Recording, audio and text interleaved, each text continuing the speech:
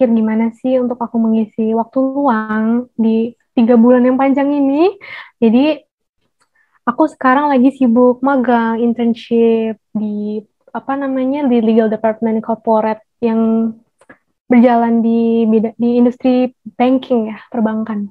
About Panet yang legal consultation itu harus memaintain misalnya akademik yang bagus, satu sisi lo harus ada klien di sana, harus ngejawab pertanyaan. Nah, gimana caranya bagi waktu itu? Apalagi tiba-tiba ada, tiba-tiba enggak gitu kan. How do you maintain the time management, skala prioritas dan lain sebagainya? Apakah riset skill itu sepenting itu untuk ikut lomba itu, atau gimana pengalaman lu, your first experience lomba itu deg-degannya gimana, atau kok bisa sampai menang? Apa yang menurut lu jadi faktor lu bisa menang gitu dan lain sebagainya? Perspektif Muda, komunitas bagi anak dan orang muda dalam memberikan pandangan mereka untuk menghadirkan pola pikir dari segala sudut pandang. Perspektif Muda, where your perspective matters. Halo teman-teman Sobat Muda, ketemu lagi di Perspektif Muda di podcast episode berikutnya bareng Tavanya. Dan kalau kemarin kita udah ngebahas soal more to the college aspect, kita udah ngebahas perkuliahan itu seperti apa yang harus dipersiapkan, tips and tricksnya bagaimana sih kalau misalnya kita mau ngeliat environment suatu kampus gitu, walaupun kita dari kampus yang berbeda-beda, apa sih sebenarnya the basis atau the basic guidelines yang kira-kira dari Tavanya share juga untuk kalian harus pertimbangin untuk punya di masa-masa kuliah kalian, terutama karena kalian sesama angkatan online gitu ya. Nanti mungkin di tahun depan ataupun necessarily nggak harus online sih. Tapi sebagai maba tuh apa yang harus dimanfaatin dan pentingnya riset dan pentingnya pemanfaatan teknologi itu seperti apa. You can research more, you can listen to our podcast di episode yang kemarin. Nah, kalau di episode kali ini kita bakal lebih ngebahas soal productivity, ngebahas soal kesibukan Tavanya di luar kampus yang akan kita godok-godok di sini dan kita bakal kupas tuntas di sini, together your perspective atau together your insights tentang sebenarnya kalau anak-anak hukum tuh ada banyak sih kegiatan di luarnya, tapi mungkin ada beberapa kegiatan yang udah diikutin Tavanya dan kalian kalau tertarik juga mungkin bisa ngikutin apa yang udah dilakuin Tavanya sesuai yang udah di-share di episode kali ini. Hello again to Tavanya. Hai Tav. Hai Kak. Kita ngerekam di hari yang sama dan directly after ya, tapi di uploadnya di hari yang berbeda. Jadi ya begitulah. Biar penasaran, biar orang lain penasaran. Iyalah, biar penasaran. Sebenarnya apa sih produktivitas seorang Tavanya gitu ya, jadi orang penasaran gitu. Oke, karena kesibukan dia agak banyak ya teman-teman semua. Jadi kita langsung masuk aja deh. Gue benar-benar penasaran. Kesibukan lu apa-apa aja, maksudnya yang di luar kampus tuh apa-apa aja, mungkin you can review it once more gitu ya, karena di episode sebelumnya udah dibahas sih, tapi you can elaborate each of the activities gitu. Oke, kalau as I mentioned it before, kalau di luar kampus sendiri karena sekarang lagi libur semester, jadi aku awalnya mikir gimana sih untuk aku mengisi waktu luang di 3 bulan yang panjang ini. Jadi aku sekarang lagi sibuk magang internship di di legal department corporate yang berjalan di industri banking ya, perbankan.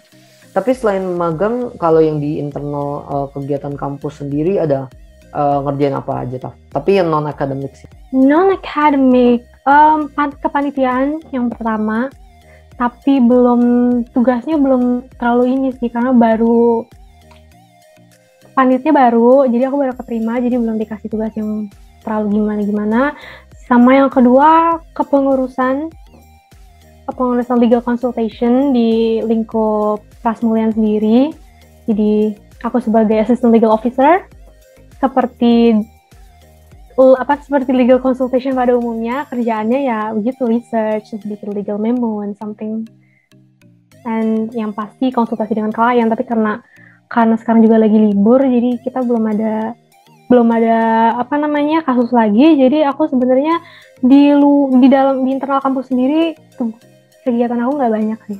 Nah, kita elaborasi aja satu-satu soal panit dulu. Walaupun mungkin panit yang baru mungkin nggak bisa terlalu dideskripsiin, tapi about panit yang legal consultation itu Nah sebenarnya gimana sih toh menurut lo pribadi gitu, dengan harus memaintain misalnya akademik yang bagus, pastinya sebagai mahasiswa kan kita harus prioritize our academics gitu kan, tapi satu sisi lo harus ada klien di sana, harus ngejawab pertanyaan, harus answer the cases atau question yang dihadirkan ke kalian sebagai apa kayak legal consultation kan panitnya itu. Nah gimana caranya apa bagi waktu itu, apalagi kalau misalnya itu kan bukan job desk yang kayak oh hari ini ngapain bisa tiba-tiba ada tiba-tiba enggak gitu kan. How do you maintain the time management, skala prioritas dan lain sebagainya untuk panitia sendiri dan kepengurusan ya? Untuk legal consultation sendiri mungkin yang paling kerasa di semester 1 tahun lalu ya, sebelum aku UAS ya, karena emang itu lagi hectic banget. Satu kasus kemudian datang lagi, satu belum selesai ada lagi. Waktu itu aku pernah sampai di satu waktu yang sama, di hari yang sama, malam-malam konsultasi berapa klien, lebih dari 2 klien ya, lebih dari 2 kasus, 3 kasus sekaligus. Dengan satu kasus itu ada beberapa klien karena mereka kelompok, karena merupakan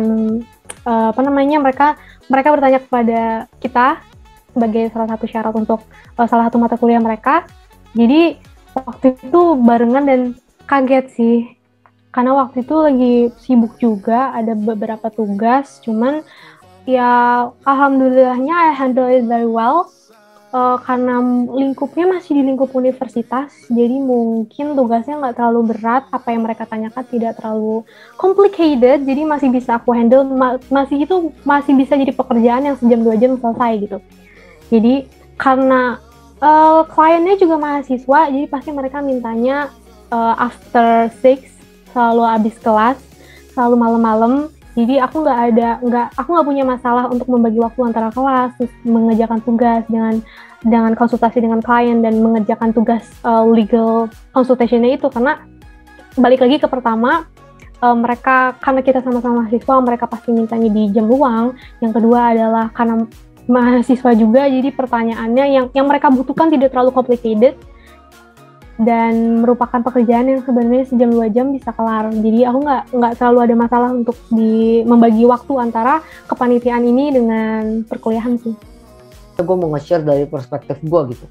Kalau gue kan udah ngikut berbagai kepanitiaan dan kepengurusan juga ya, jadi nggak necessarily nggak match gitu loh. Ada yang match, ada yang ketemu, ada yang enggak. Nah, bahkan ada yang kadang-kadang rapatnya berbarengan. Nah, itu yang sebenarnya jujur enaknya online tuh di situ, we can like use to device itu udah pastilah trik umum yang bisa dipakai gitu. Mana yang ibaratnya kita harus lebih dengerin ya kita dengerin, mana yang enggak ya kita ikut doang gitu. Itu kan trik-trik simple yang kayak kita bisa manfaatin. Kalau offline kan kita nggak mungkin ya jadi abumba terus bagi badan gitu kan, nggak mungkin lah. Nah, terus juga menurut gue kalau untuk skala prioritas dan time management tuh sebenarnya balik ke masing-masing. Gimana caranya kita ngalokasi tugas? Apakah tugas itu datangnya dadakan? Kalau misal dadakan, we gotta have this spare time tiap hari kan. Untuk ya kalau ada tugas yang udah datang duluan, tugas kampus yang kita udah tahu kapan kumpulnya, ya jangan tunggu H-1. Karena kalau tiba-tiba ada klien kayak tanya boom tiba-tiba datang dan di H-1 itu kita udah rancangin kita bakal kosongin untuk kerjaan tugas. Gimana coba kita ngalokasi waktunya gitu.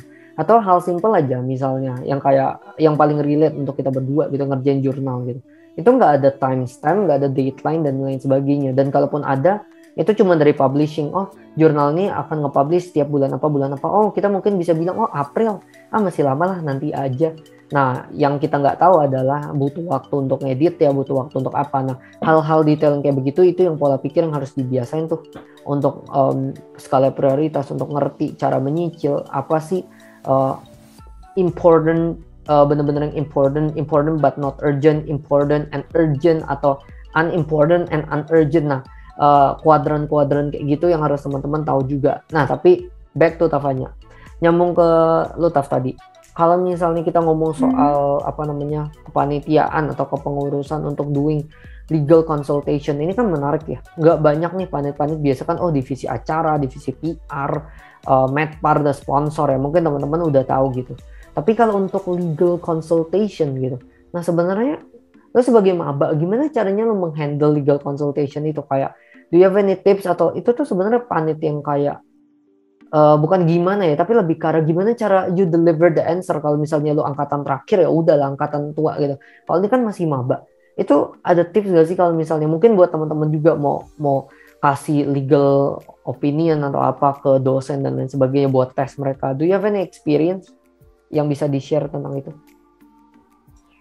Di aku pribadi kan kita working as a team. Jadi aku sebagai mahasiswa semester 1 aku bersama dengan 2 cutting juga. Jadi kasusnya itu gantian. Misalnya pertama ke tim A, terus ke tim B, ke tim C gitu. Jadi nggak semuanya dilempar ke satu tim. Nah, kebetulan aku dapatnya juga yang cutting yang sangat-sangat baik ya, mendukung juga. Jadi kita membagi tugas gitu. Karena mereka juga menyadari kalau misalnya pengetahuan aku belum terlalu banyak, aku masih bingung gitu untuk menjawab klien karena kan dadakan kan, aku belum research, terus aku harus menyiapkan jawaban atas pertanyaan yang mau mereka tanyakan gitu kan. Jadi kita bagi tugas aja. Kalau aku sendiri jujur kalau untuk bagian masalah consultation aku nggak terlalu aktif karena ada banyak hal yang belum aku pelajari dan tentunya aku nggak tahu jawabannya. Jadi kebanyakan kalau untuk masalah consultation memang diserahkan kepada 2 cutting partner aku ini untuk mereka kemudian mendeliver jawaban yang dibutuhkan saat konsultasi bersama klien. Kalau tugas aku sendiri lebih ke kalau misalnya aku tahu sesuatu, aku menambahkan info di dalam konsultasi tersebut, dan aku bagian untuk menulis legal memorandum karena setiap case kan kita dikasih tenggang waktu 1 minggu ya, dari pertama konsultasi sampai untuk legal memonya jadi dan dikirim ke klien itu dikasih waktu tenggang 1 minggu, which is sangat-sangat lama, tenggang waktunya sangat panjang. Jadi aku bisa search dulu gitu dari based on pertanyaan-pertanyaan yang sudah diutarakan di saat konsultasi. Aku bisa research kembali gimana sih jawabannya, apa sih ini gitu. Baru aku tulis. Jadi aku lebih ke bagian tugas aku pribadi lebih ke bagian menulis legal memonya. Jadi aku lebih ke research-nya. Tuh. Oh, okay. This is interesting. Jadi walaupun nggak ambil consultation-nya and it's nothing to worry about karena emang baru maba gitu ya. Tapi you have learned to write a legal memorandum, udah at least menambahkan. Kalau misalnya emang tahu, kalau enggak pun kan beberapa bulan ini udah banyak belajar dari cutting-cutting yang you can be the cutting one day dan lu yang ngomong di konsultasi itu kan. Mungkin itu bisa jadi praktek buat teman-teman juga bahwa being young it doesn't mean you can do a thing gitu. Maksudnya di dalam kondisi ini kayak Tavanya mungkin muda gitu ya, nggak tahu sebanyak itu, tapi buktinya dia masih bisa menambahkan, bisa melakukan hal-hal yang lain yang juga bisa bantu cutting-cutting dia gitu. Jadi menurutku yang menarik di sini untuk diambil adalah kalaupun lu punya kelemahan atau lu punya keterbatasan di dalam satu hal gitu, it doesn't mean untuk seluruh hal di bidang itu lu terbatas, tapi lu cari perspektif lain, lu cari aspek-aspek lain yang mana lu bisa kontribusi juga gitu loh, untuk misalnya mengkompensasi hal yang lu masih kurang. Dan ketika lu masih kurang, kayak Tavanya, dia ngelakuin riset yang lebih banyak, jadi mungkin kalau ada experience serupa, ada case yang serupa, dia udah bisa ngomong juga ke klien langsung karena she has done her research gitu di case yang mirip-mirip sebelumnya gitu kan. Dan balik lagi berarti kata kuncinya di riset yang kayak Tavanya udah bilang di episode yang kemarin tuh. Okay, now we're moving on ke yang lebih relate ke kita berdua. Our occurrence itu berawal dari sebuah lomba ya kan. Gara-gara gue ngikut lomba, terus fast forward, tiba-tiba gue dikenalin sama dosen, sama lu, and then kita collaborate berdua gitu, yang mungkin lu bilang peran cutting juga. Ya kalau gue sih waktu itu lebih karena ya lo masih bingung kan soal topiknya apa, ya lebih kayak diajarin oh ini tuh begini, tapi kayak lo juga nangkapnya cepet sih, kayak emang udah langsung ngerti dan you do your own research. Jadi bukan kayak menghabiskan waktu banyak untuk mengajari lo, tapi lo juga udah ngeriset sendiri gitu kan. Itu yang menarik. Nah tapi dari pengalaman lomba itu, that fortunately got you menang juga waktu itu, sempat menang juga kan, yang kita juga tahu lah karena kita ngikut bareng kan. Nah apa sih tips lu misalnya balik lagi sebagai maba gitu, udah ngikut lomba, apakah riset skill itu sepenting itu untuk ikut lomba itu, atau gimana pengalaman lu, your first experience lomba itu deg-degannya gimana, atau kok bisa sampai menang, apa yang menurut lu jadi faktor lu bisa menang gitu dan lain sebagainya. Dan mungkin satu hal lagi, bisa bagi tips dan triks untuk ngeriset gak tuh Taf? Sampai ya kalau bisa menang kan berarti bisa ngeriset dengan ya lumayan baik ya, considering your masih maba gitu. Oke, jadi first of all, kalian harus tahu kalau aku ikut lomba itu modal nekat. Waktu itu emang random, secara random aja, karena kan emang di IBL kan lingkungannya sangat mendukung ya. Dari Alexilnya sendiri suka nge-share info soal misalnya ada lomba dan lain sebagainya di grup. Jadi aku taunya tuh lomba itu dari grup IBL. Ya By the way, kan. one Nah, thing, terus waktu sorry Taf. Sebelum Tafanya lanjut, for you don't know kalau misalnya Tafanya sebut Lexil is basically himpunan mahasiswanya IBL. IBL itu jurusan kita International Business Law. Kalau yang lain misalnya sebutnya Fakultas Hukum kita tuh biasanya sebutnya IBL sama Lexil. Itu tuh himpunan mahasiswa himanya anak IBL. Lanjut Taf. Ya, jadi sampai mana? Oke, jadi aku tahu informasi itu dari cutting anggota Lexil yang nge-share di grup. Terus karena aku personally aku suka nulis, aku udah nulis di beberapa platform dengan nama pena, tapi itu masih bukan yang secara akademik sih, itu masih kayak fiction dan segala macem. Terus aku lihat ada lomba menulis esai bentuknya, terus aku mikir kayaknya kalau misalnya esai nggak bakal berat deh. Jadi sebenarnya itu modal nekat guys, karena aku juga nggak tahu sebenarnya itu bahas tentang apa. Aku yang kayak oke, ini lomba esai yang nyelenggarain salah satu universitas ternama, ya why not? Jadinya aku akhirnya daftar.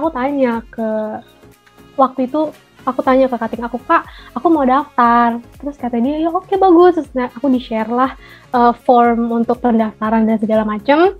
Dan fun fact lagi, sebenarnya karena itu ini agak-agak ada topik, tapi ini aku ngejelasin dari pertama aku ikut lomba ya.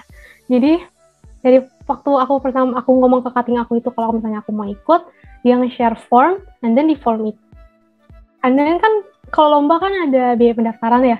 Waktu itu karena masih maba juga dan emang belum pernah punya pengalaman lomba yang akademik sebelumnya, aku nggak pernah ikut lomba akademik di waktu SMA dan SMP pun aku nggak pernah ikut. Jadi kayak aku malas mengeluarkan uang untuk mendaftarkan lomba itu.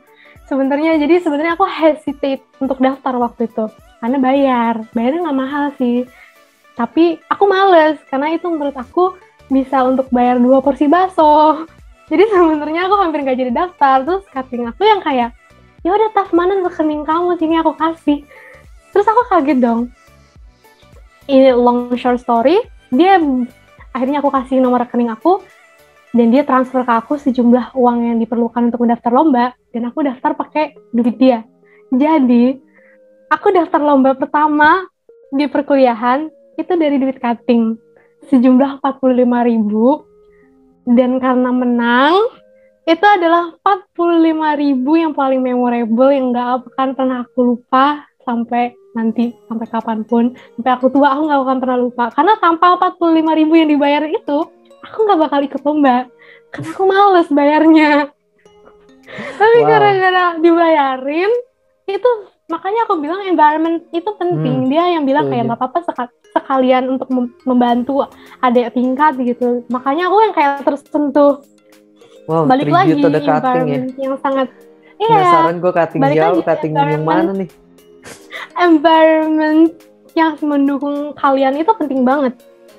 Akhirnya aku ikut lomba, terus aku ketemu sama Kak Felix, berawal dari dosen yang bilang akhirnya, awalnya aku nggak tahu kalau misalnya yang ikut ini ada beberapa orang cutting gitu, karena cutting yang tadi yang bayarin aku itu dia bilangnya sejauh ini sih belum ada staff yang daftar. Jadi aku pede dong, ya udah aku daftar. Terus di giliran waktu konsultasi, akhirnya aku tahu kalau misalnya ada beberapa cutting angkatan 2018 yang ikut.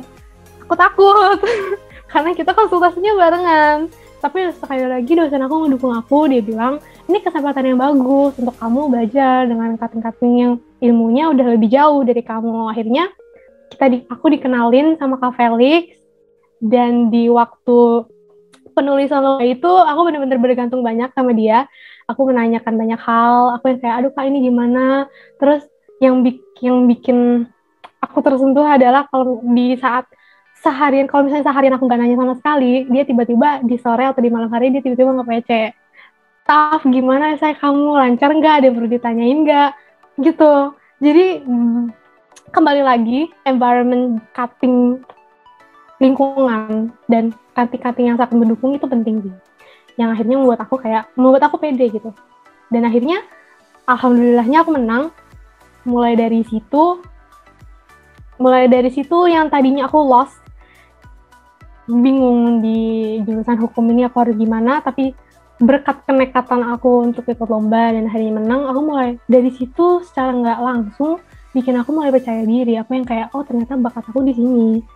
Oh ternyata aku bisa loh di sini dengan gak tahu apa-apa, research cuma 5 hari, aku nulis esai itu 5 hari, terus yang tadinya emang bener-bener gak tahu, karena topiknya aku bener gak tahu, terus aku research mendadak 5 hari, dan aku membuat esai sepanjang di atas 2.500 kata, dan menang. Itu yang membuat aku kemudian, oh dunia aku di sini. Itu yang membuat aku kemudian kayak, oh ternyata aku cocok di hukum. Nggak salah nih aku banting setir dari politik ke hukum.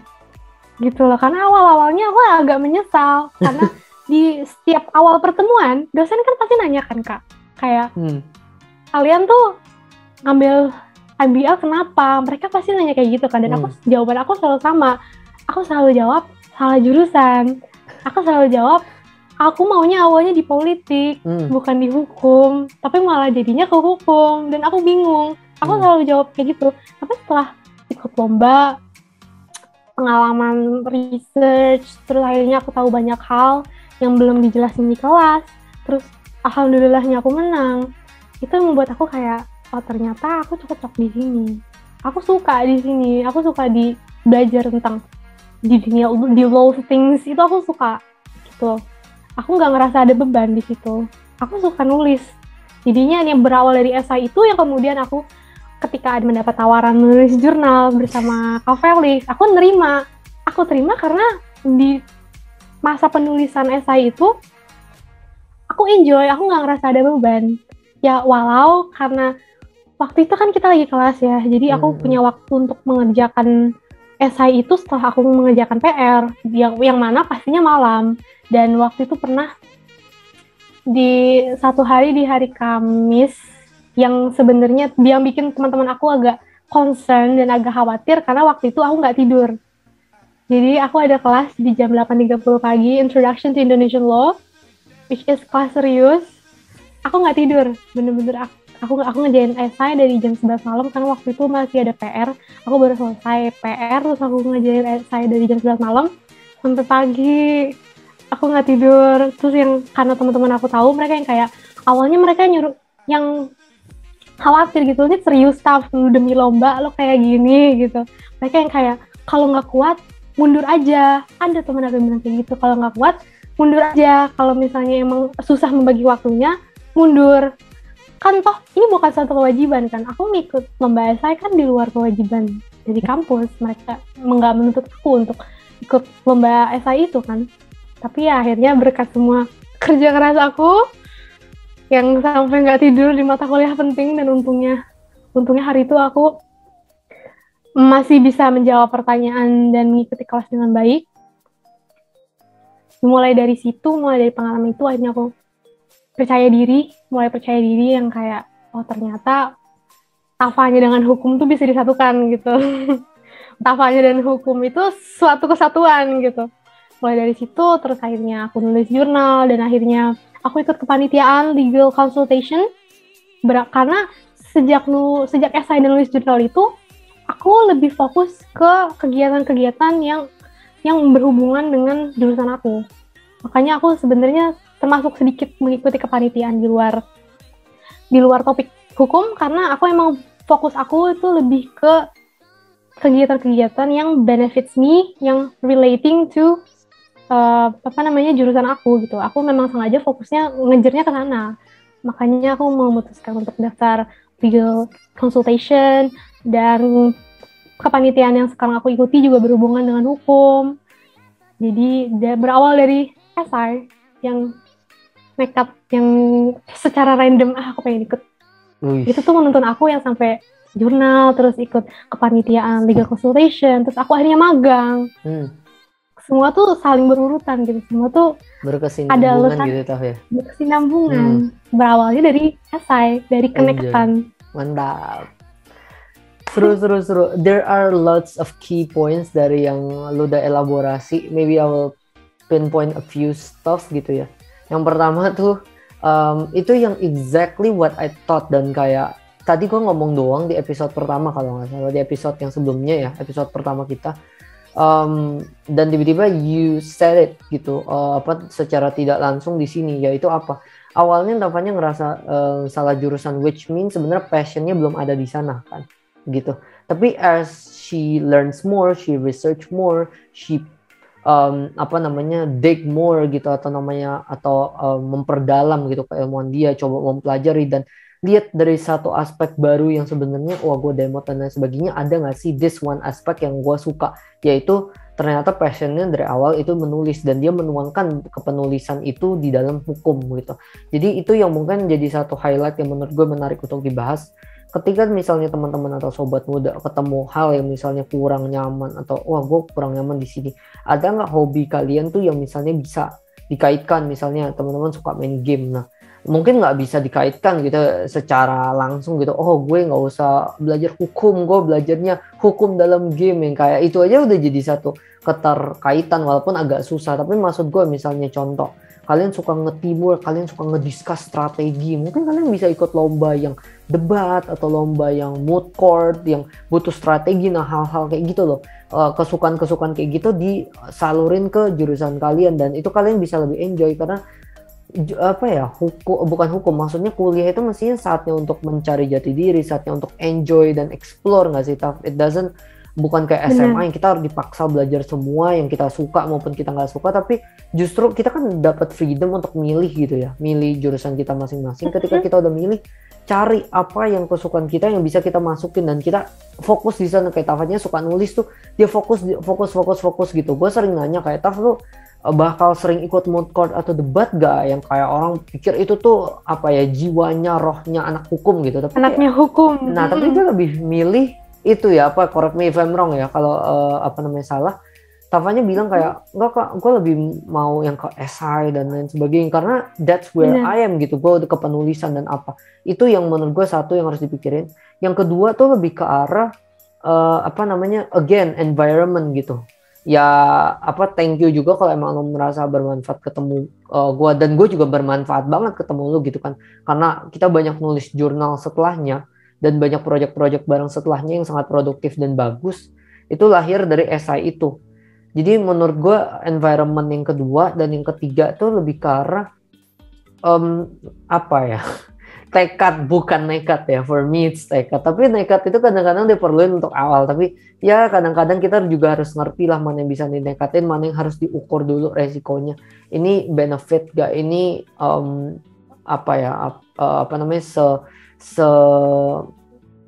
sepadan nggak gitu sama apa yang kita harus lakuin gitu, pengorbanan yang kita lakuin juga. Nah tapi tekad itu in the process dibutuhkan. Kenapa? Karena mungkin ya gue nggak bilang nggak tidur itu bener dan sehat dan itu ya, tidak, sama sekali tidak. Tapi masalahnya kadang-kadang ya maybe at that one time Tavanya mikir kayak this is only once gitu, yang kayak udah nanggung gue harus tekad. Nah mungkin ada orang yang kayak nggak salah juga teman-temannya untuk ngingetin kesehatan. Nah itu penting environment supportive kan tadi kan. Kalau teman-temannya mau ya biarin dia aja, biar dia ikut aja, biar nanti dia kecapean dia nggak ikut lagi misalnya gitu, atau apa aja kayak ya udahlah ikut aja atau gimana gitu. Tapi kan itu dari good side juga kan, berarti environmentnya bagus. Tapi satu sisi yang lain adalah berarti membuktikan Tavanya punya tekad yang oke, gue udah masuk ke sini, gue harus berkomitmen, gue harus serius gitu kan. Ya udah sekali nggak apa-apa, gue gaspol ibaratnya gitu. Jadi itu 3 key points yang menurut gue penting sih untuk dibahas di dalam podcast ini. Nah lanjut, kalau tadi Tavanya udah nyinggung soal jurnal dan magang. Sebelum kita ke magang, gue mau ke jurnal.